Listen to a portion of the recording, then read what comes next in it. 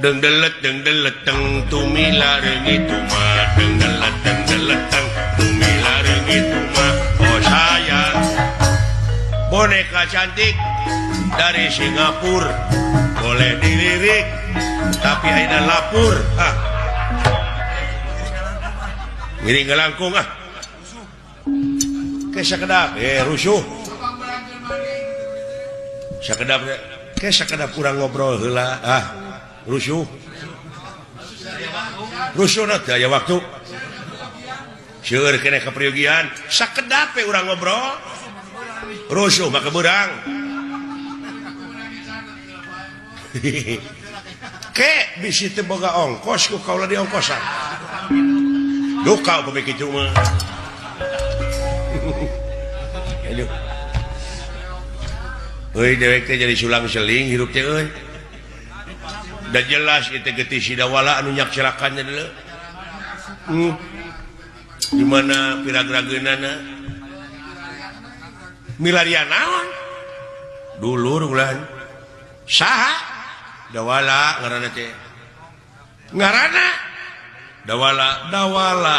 pangna di teangan bangsat dawala teh bangsat dipaehan tak kudu boga barang cecermet duka di mana ini mah ayana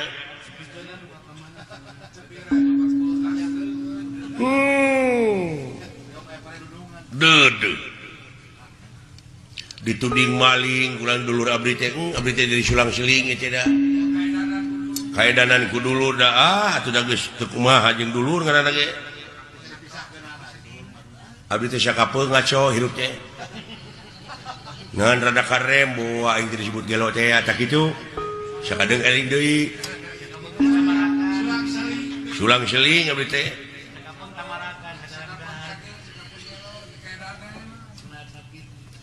dedeh dupi salira teh saha teh ngaran kaula Bambang Suryaningrat wah hade ngaran Bambang Suryaningrat di mana teh kaula teh sabenerna teu puguh padomukan kieu we apruk-aprukan ye anak jalanan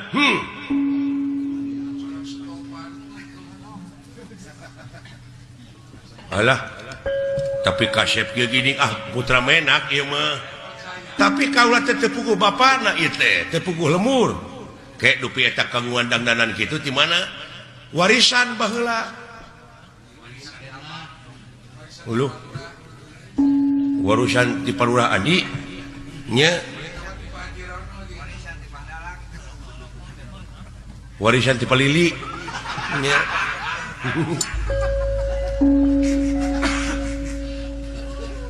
ngan warisan di Palili teh dipiapikeun ka Mang Dasri ku Mang Dasri dibikeun kayu usuk gitu tuh aya mobil dewe ngaliwat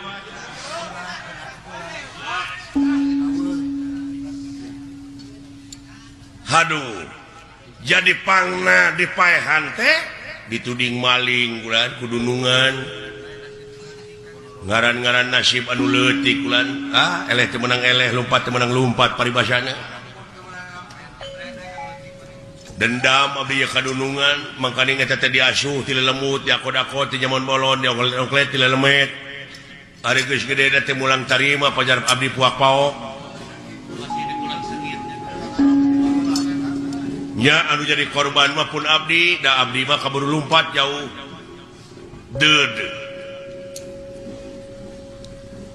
kumaha mun pindah ngadunungan abdi mah kajen teuing pangolikeun motor rek ngojek we jeung tibatan kudu pindah dunungan jadi harorea ngadunungan kaljuna moal nyangan hate mah di ditu keneh maneh teh tong sok kitu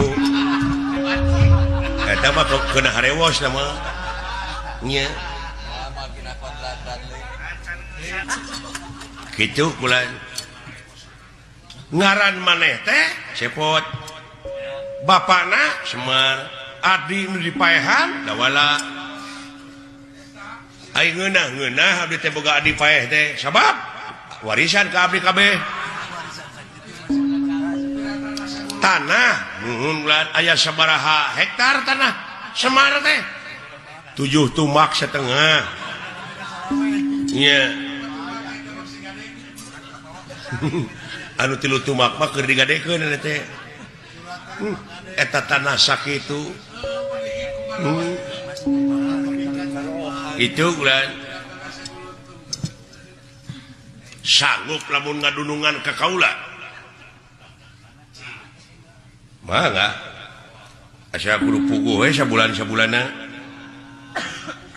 hayang sabaraha sabulan nya sabulan mah hayang 30 poe we anger lain ieu mah gaji duitna abdi mah hayang nemongkeun heula gawe we aden nya nemongkeun heula gawe sakira-kirana goreng atuh abdi pangnyarekankeun abdi moal ina mah ngandungan ka sasage bakal getol ina mah nya gitu kan mau belang betong mau nampi jaipongan ini mau di aduh ampun hak atuh lamun kitu ngan abdi teh pangmaleskeun ulah pangmaleskeun naon kana kanyerian dulur abdi ka saha ka Arjuna lain males tina ngewa ieu mah pangwarahkeun supaya manehna teh eling ulah loba teh kapangaruhan kudu sajen kapan ku pangeran oge geus dibejaan dina ayat gini anu sok haharewosan kana batin urang teh nyaeta ti golongan manusia jeung golongan jin nya minal jinnati wan nas gini surat naon teh dina surat Anis gitu Anas kaeta surat Anas nya uning ada di surat Anas di mana di Subang seueur geuning Anas ganas eta mah atuh aya nya ai ganas mah teu make surat gua ngange kumaha kandayat omat butuh ganas sisa treuk geuning eta suratna aya nya sakitu hayu tuturkeun kaula sae kaula terek nanyaan kaula terek kawin di teh ka putri raja nagara anu disebut negara Purbakancana mangga kurang ngiringan we abdi mah asa kitu we pangmaleskeun sarengna deui abdi teh pangneangankeun anu ngaran dawala boh bangkena boh hirup keneh keun dibantuan ku kaula engke asa kaula anteur dek kawin heula ngiringan deh nah ngiringan iya ya dek tanyaan euy oh eta teh geulis eta kan pibojoan kaula teh geulis putri raja sugan